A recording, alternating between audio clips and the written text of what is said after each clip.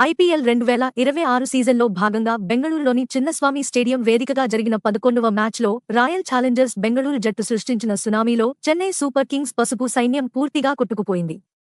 Batting, bowling, fielding ఇలా అన్ని విభాగాల్లోనూ RCB చూపించిన తిరుగులేని ఆధిపత్యం చూస్తుంటే ఈ సీజన్లో ఆ జట్టు ఎంత ప్రమాదకరంగా ఉందో మిగతా జట్లకు స్పష్టమైన హెచ్చరికలు పంపినట్లయింది. ఒకప్పుడు చిన్నస్వామి స్టేడియం అంటే చెన్నైకి కూడా అచ్చొచ్చిన మైదానమే కాని ఇప్పుడు లెక్కలు పూర్తిగా మారిపోయాయి. తమ సొంత గడ్డపై చెన్నైకి ఆర్సీబీ ఏ స్థాయిలో పీడకలలు మిగిలిస్తుందో ఈ మ్యాచ్ ఒక అద్భుత నిదర్శనంగా నిలిచింది. ఈ ఘోర పరాజయంతో పాయింట్ల పట్టికలో చెన్నై అట్టడుగున 10వ స్థానానికి పడిపోగా మెరుగైన నెట్ రన్ రేట్ సాధించిన ఆర్సీబీ 3వ స్థానం నుండి ఏకంగా అగ్రస్థానానికి ఎగబాకి సింహాసనాన్ని అధిష్ఠించింది. ముఖ్యంగా సీఎస్కే మేనేజ్మెంట్ గత మ్యాచ్లో బౌలర్లు భారీగా పరుగులు ఇస్తున్నా ప్రశాంత్ వీర్కు ఒక్క ఓవర్ కూడా ఇవ్వలేదని విమర్శలు ఎదుర్కొన్నప్పటికీ ఈ రోజు కూడా అతనికి బౌలింగ్ ఇవ్వకుండా పాత తప్పునే పునరావృతం చేయడం వారి పేలవమైన వ్యూహాలకు అద్దం పడుతోంది. ఈ మ్యాచ్లో టాస్ గెలిచిన చెన్నై సూపర్ కింగ్స్ మొదట ఫీల్డింగ్ ఎంచుకోగా బ్యాటింగ్కు దిగిన బెంగళూరు బ్యాటర్లు ఆరంభంలో పిచ్పై కాస్త తడబడ్డారు. మొదటి 3 ఓవర్లలో ఖలీల్ అహ్మద్, మాట్ హెన్రీలు తమ కట్టుదిట్టమైన బౌలింగ్తో ఆర్సీబీ బ్యాటర్లను ఊపిరి తీసుకోనివ్వలేదు. ఫలితంగా కేవలం 17 పరుగులు మాత్రమే వచ్చాయి. 2024 సీజన్ తర్వాత ఆర్సీబీ ఇన్నింగ్స్ మొదటి 3 ఓవర్లలో ఒక్క బౌండరీ కూడా నమోదు కాకపోవడం ఇది 4వసారి. అయితే ఈ నిశ్శబ్దం ఎంతోసేపు నిలవలేదు. 4వ ఓవర్లో కింగ్ విరాట్ కోహ్లీ ఒక భారీ సిక్సర్, ఒక కళ్లు చెదిరే 4తో 16 పరుగులు పిండుకుని మ్యాచ్లోకి ఊపు తెచ్చారు. కానీ 5వ ఓవర్లో అన్షుల్ కంబోజ్ వేసిన హార్డ్ లెంగ్త్ బంతి అదనపు బౌన్స్ అవ్వడంతో 18 బంతుల్లో 28 పరుగులు చేసిన కోహ్లీ పుల్ షాట్ ఆడబోయి టైమింగ్ మిస్ అయ్యి అవుట్ అయ్యారు. కోహ్లీ అవుట్ అయిన ఫిల్ సాల్ట్ బాధ్యత తీసుకుని పవర్ ప్లే ముగిసేసరికి స్కోరును 51 పరుగులకు చేర్చారు.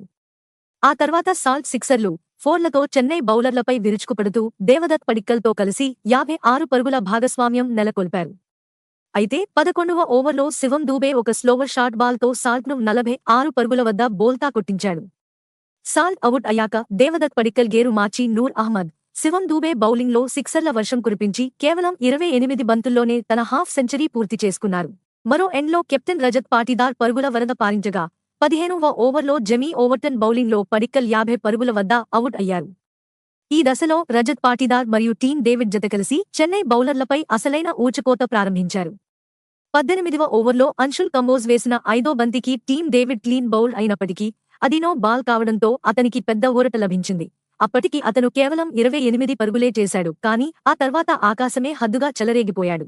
ముఖ్యంగా 19వ ఓవర్లో జెమీ ఓవర్టన్కు ఏకంగా రాకెట్ తగిలించి హ్యాట్రిక్ సిక్సర్లతో సహా మొత్తం 30 పరుగులు పిండుకుని టీ20 చరిత్రలోనే ఓవర్టన్ కెరీర్లో ఒక చెత్త రికార్డు మిగిల్చాడు. టీమ్ డేవిడ్ కేవలం 25 బంతుల్లోనే 3 ఫోర్లు, 8 సిక్సర్లతో 70 పరుగులు చేసి అజేయంగా నిలిచారు. ఇది చెన్నైపై ఆర్సీబీ తరపున నమోదైన రెండో వేగవంతమైన అర్ధ సెంచరీ. చివరి 4 ఓవర్లలో ఆర్సీబీ ఏకంగా 78 పరుగులు పిండుకోవడంతో నిర్ణీత 20 ఓవర్లలో 3 వికెట్ల నష్టానికి 250 పరుగుల భారీ స్కోరు నమోదైంది. ఆర్సీబీ ఇన్నింగ్స్లో మొత్తం 19 సిక్సర్లు నమోదయ్యాయి.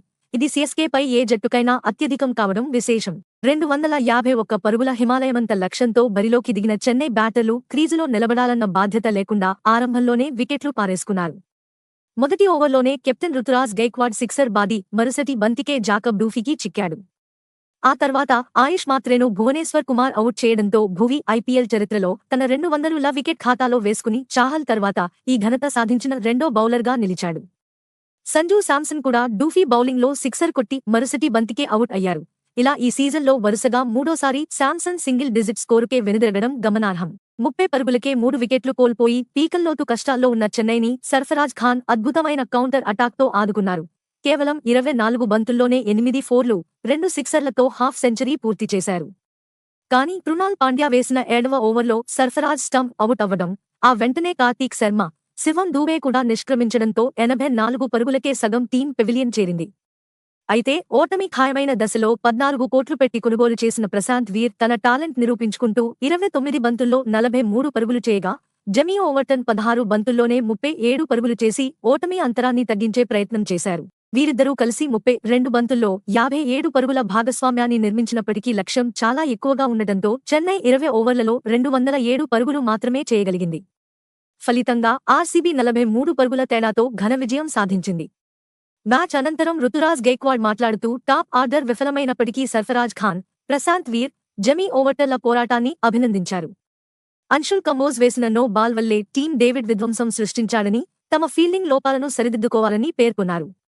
బ్యాటింగ్కు అనుకూలించే పిచ్పై టాప్ ఆర్డర్ బాధ్యతారాహిత్యం మరియు డెత్ ఓవర్లలో బౌలింగ్ వైఫల్యమే చెన్నై కొంపముంచాయి. ఈ వీడియో మీకు నచ్చితే లైక్ చేయండి మరియు షేర్ చేయండి. మరిన్ని క్రికెట్ అప్డేట్స్ కోసం మా ఛానల్ను సబ్స్క్రైబ్ చేయండి.